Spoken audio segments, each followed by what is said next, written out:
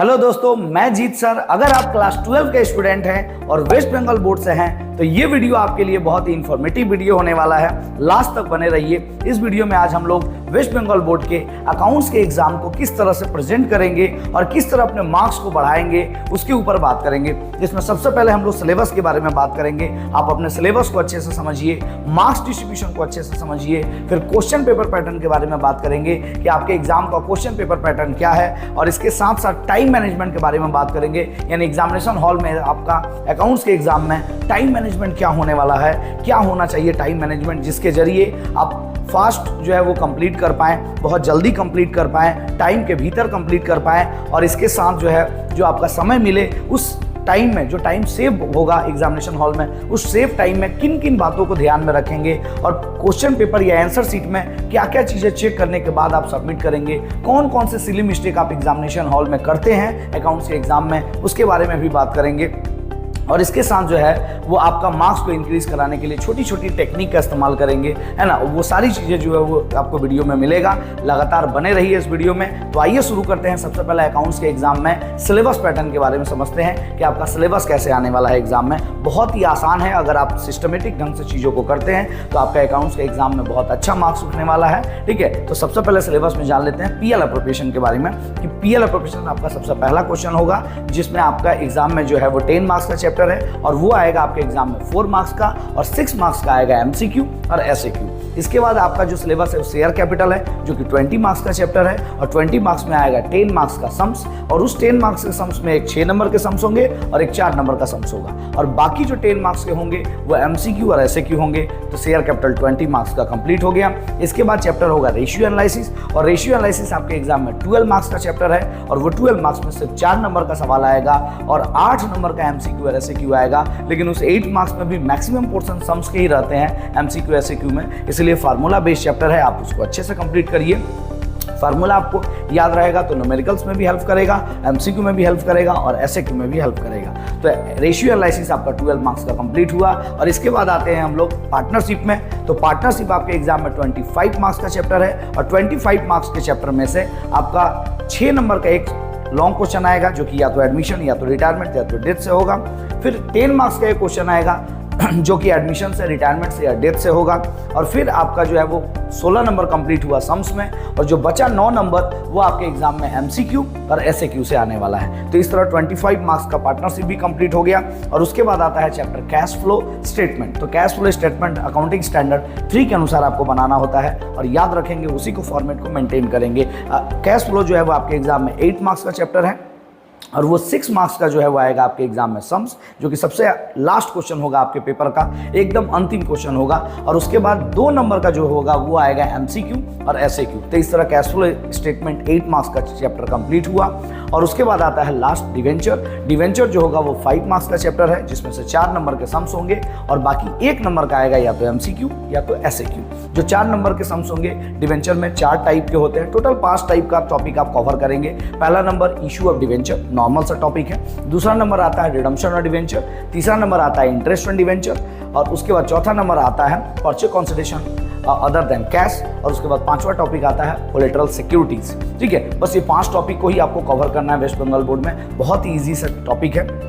और इसके अलावा 2 चैप्टर और एक्स्ट्रा हैं जो कि रेशियो एनालिसिस से ही रिलेटेड है। तो रेशियो एनालिसिस कभी कभी, जैसे 2017 वेस्ट बंगाल बोर्ड का अगर पेपर देखेंगे आप, तो वहाँ पे रेशियो एनालिसिस जो है वो पूरे पेपर से गायब था, और वहाँ पे जो है वो था आपके एग्जाम में कंपैरेटिव बैलेंस शीट या कॉमन साइज बैलेंस शीट या कॉमन साइज इनकम स्टेटमेंट। तो ये भी एक चैप्टर है जिसको आपको कंप्लीट करना है। और उसके बाद प्रिपरेशन ऑफ बैलेंस शीट, ये छोटे चैप्टर है जो कि ऑप्शनल चैप्टर है, बाद में जो है वो कंप्लीट कर लीजिएगा। लेकिन मेन जो चैप्टर है आपका वो PL preparation, ratio analysis PL preparation 10 number का, रेशियो एनालिसिस 12 नंबर का, शेयर कैपिटल 20 नंबर का, पार्टनरशिप 25 नंबर का, कैश फ्लो स्टेटमेंट 8 नंबर का, ठीक है, और डिवेंचर 5 नंबर का। और ये जोड़ के टोटल हो जाते हैं 80 मार्क्स का। और इस 80 मार्क्स में आपको सबसे ज्यादा फोकस जो करना है वो शेयर कैपिटल जो कि 20 मार्क्स का है, पार्टनरशिप जो कि 25 नंबर का चैप्टर है, 25 और 20 45 नंबर हो जाता है सिर्फ 2 चैप्टर कंप्लीट करने से। ठीक है, और ये सबसे ज्यादा स्कोर करने वाले जो है वो चैप्टर है। तो इसको आप पहले अच्छे से प्रिपरेशन करेंगे। इसके ऊपर आप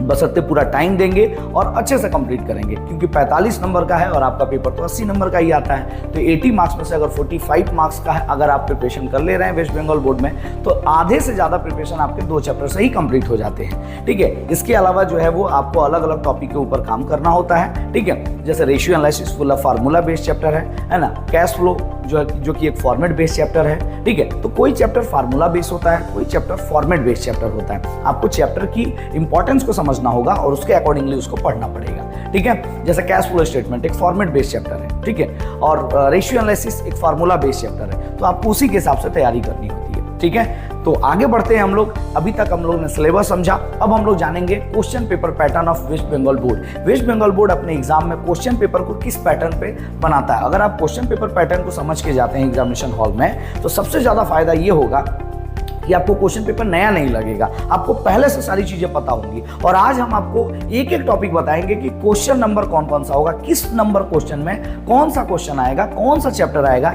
ये सब भी क्लियर करेंगे। तो question paper pattern West Bengal board में सबसे पहला क्वेश्चन नंबर 1 होगा, और वो क्वेश्चन नंबर 1 होगा एमसीक्यू। एमसीक्यू जो आपके एग्जाम में आएगा वो 24 मार्क्स का एमसीक्यू होगा, जो कि 30 मिनट्स में आपको कंप्लीट करने हैं। यानी क्वेश्चन नंबर 1 जो होगा वो एमसीक्यू होगा। आपको पहला एमसीक्यू नहीं करना है, आप कभी भी कर सकते हैं अपनी सुविधा के अनुसार, बीच में भी कर सकते हैं, लास्ट में भी कर सकते हैं, मिडिल में कर सकते हैं, फर्स्ट में कर सकते हैं, लेकिन हम आपको क्वेश्चन पेपर पैटर्न बता रहे हैं कि क्वेश्चन नंबर 1 में रहेगा एमसीक्यू, जो कि 24 एमसीक्यू होंगे, जिसमें न्यूमेरिकल्स भी होंगे, थ्योरेटिकल पार्ट्स भी होंगे, और वो टोटल 24 मार्क्स के होंगे, एक नंबर के, और आपको उसको कंप्लीट करना है 30 मिनट्स में।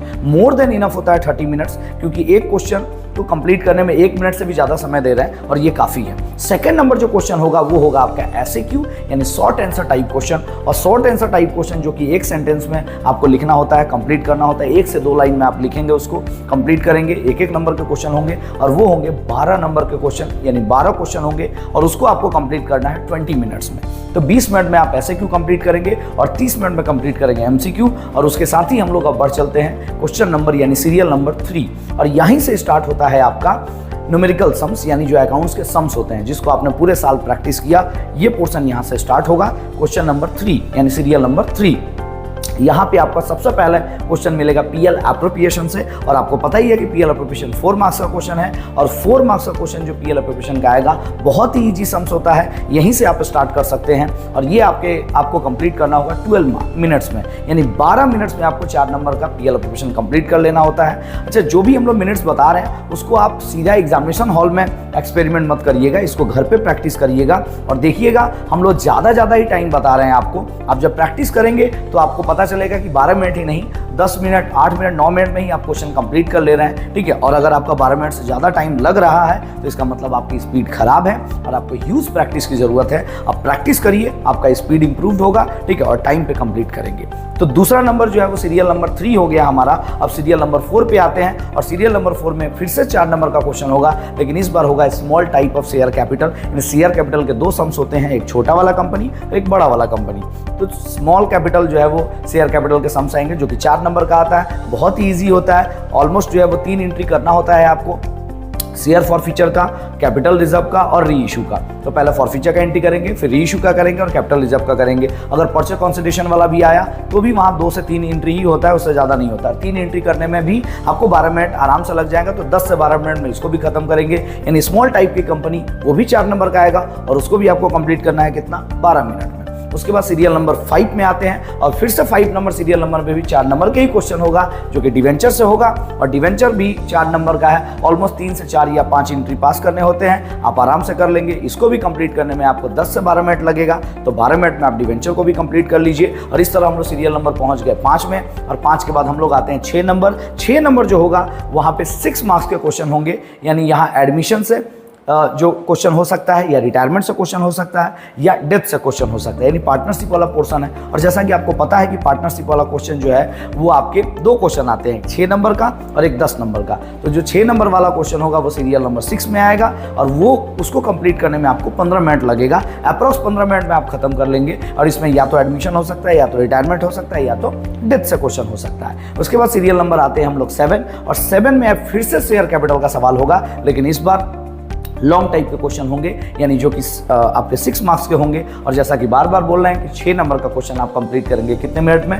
15 मिनट में। तो बड़ा वाला कंपनी होगा, नरेशन के साथ लिखना होगा, आराम से 15 से 17 मिनट में आप कंप्लीट कर लेंगे। तो आप उसको 15 मिनट में कंप्लीट कर लीजिए। और इसके बाद आते हैं 8 नंबर सीरियल नंबर। फिर से 8 नंबर सीरियल नंबर में आ गया पार्टनरशिप का सवाल, क्योंकि आपको पता ही है कि पार्टनरशिप जो है वो 2-2 सम्स आते हैं। तो फिर से यहाँ एडमिशन, रिटायरमेंट या डेथ होगा। लेकिन इस बार जो पार्टनरशिप के सम्स होंगे वो 10 मार्क्स का क्वेश्चन होगा। और यहाँ आपको बनाना होगा revaluation account, partners capital account, balance sheet और उसके साथ वर्किंग नोट। तो ये कंप्लीट करने में आपको थोड़ा सा ज़्यादा समय लगेगा, है ना। तो वर्किंग नोट कंप्लीट करना होता है, बाकी 3 पोर्शन कंप्लीट करने होते हैं। तो यहाँ पे आपको जो 10 मार्क्स के क्वेश्चन होंगे उसको कंप्लीट करने में आपको 20 से 25 मिनट लगेगा। तो आप आराम से 20 से 25 मिनट में ये तीनों चीज़ और विथ वर्किंग नोट जो है वो कंप्लीट करेंगे। और इसी तरह हम लोग सीरियल नंबर 8 में आ चुके हैं। अब आएंगे हम लोग सीरियल नंबर 9 में। और सीरियल नंबर 9 जो होगा वो रेशियो एनालिसिस का होगा।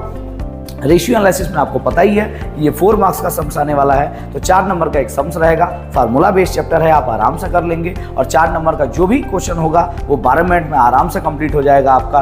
घर पे थोड़ा प्रैक्टिस लगाइएगा, आपको खुद पता चल जाएगा कि हम लोग जो टाइम मैनेजमेंट दिए हैं वो कितना बेहतरीन है। हम लोग ऐसे अपने मन से कुछ भी नहीं बोल रहे हैं, बहुत जाँच पड़ताल करके, बहुत माप तौल करके, बहुत सारा एक्सपेरिमेंट करके, रिसर्च करके आपको बता रहे हैं। और एक एक रिसर्च का फ़ायदा आपको मिले, ठीक है, इसके लिए जो है वो हम लोग ये वीडियो बना रहे हैं। तो आगे आपका जो है रेशियो एनालिसिस 12 मिनट का में कंप्लीट करेंगे, क्योंकि ये 4 नंबर का है। और उसके बाद अंतिम क्वेश्चन होगा जो कि या तो 10 नंबर होगा या तो 11 नंबर होगा। कभी कभी ऐसा देखा गया है कि 9 नंबर क्वेश्चन के और में 10 नंबर क्वेश्चन ही दिया रहता है, तो और वाले तो करने ही नहीं है आपको। तो या तो वो क्वेश्चन कैश फ्लो का 11 नंबर में होगा या तो 10 नंबर में होगा। और लास्ट क्वेश्चन होगा वो कैश फ्लो स्टेटमेंट, और वो आपको अकाउंटिंग स्टैंडर्ड 3 के तहत बनाना होता है, जिसमें operating activities, investing activities and financing activities करना होता है, विथ वर्किंग नोट होता है।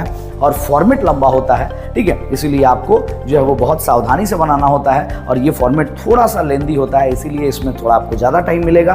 तो ये 6 नंबर का ही क्वेश्चन होगा, लेकिन इसको बनाने में आपको अप्रॉक्स 20 मिनट्स लग जाएंगे। और इस तरीके से करके हम लोग टोटल सीरियल नंबर 10 तक पहुँच गए। और यहाँ तक आप कैलकुलेट कर लीजिए, आपका टोटल टाइम लगा 173 मिनट्स, यानी 173 मिनट में आप पूरा का पूरा पेपर जो है वो अकाउंट्स का कंप्लीट कर देंगे। अगर आप हमारे अनुसार चलते हैं तो ह्यूज प्रैक्टिस करना होगा, तो जाके ये कंप्लीट कर पाएंगे, आराम से कंप्लीट कर पाएंगे, आराम से 90+ नंबर आएगा अगर इस हिसाब से चले तो, ठीक है।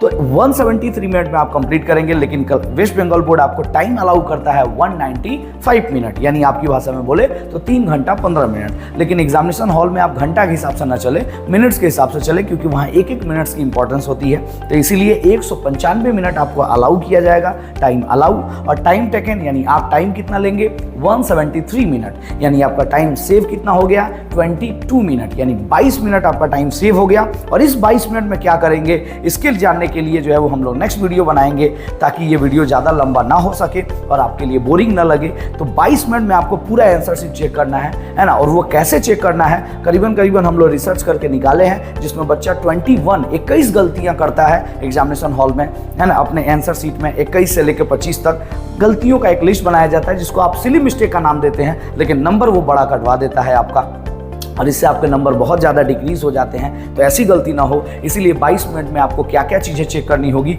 उसके बारे में मिलेंगे हम लोग नेक्स्ट वीडियो में। आशा करते हैं कि वीडियो आपको अच्छा लगा होगा। अगर अच्छा लगा और आगे के वीडियो के बारे में अगर जानना है तो हमारे चैनल को सब्सक्राइब करिए, ताकि समय समय पर आपको हमारे सारे वीडियो का नोटिफिकेशन मिलता रहे और आप कोई वीडियो मिस ना कर दे। अगर क्लास 12 में बेहतरीन नंबर लाना है तो जुड़े रहिए यूट्यूब चैनल हमारे जीत सर के साथ, ठीक है। मिलते हैं नेक्स्ट वीडियो में, तब तक धन्यवाद, थैंक यू।